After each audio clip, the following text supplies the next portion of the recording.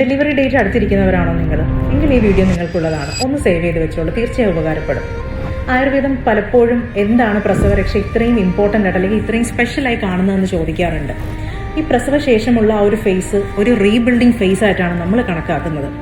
ആയുർവേദം കൂടുതലും ഫോക്കസ് ചെയ്യുന്നത് എന്തൊക്കെയാണെന്ന് ചോദിക്കാറുണ്ട്. നമ്മൾ കൂടുതലും പ്രസവം കഴിഞ്ഞൊരു സ്ത്രീയുടെ ശാരീരികവും മാനസികവുമായ അവസ്ഥ പഴയ രീതിയിലേക്ക് കൊണ്ടുവരുന്നതിലായിരിക്കും കൂടുതലായും ഫോക്കസ് കൊടുക്കുന്നത്.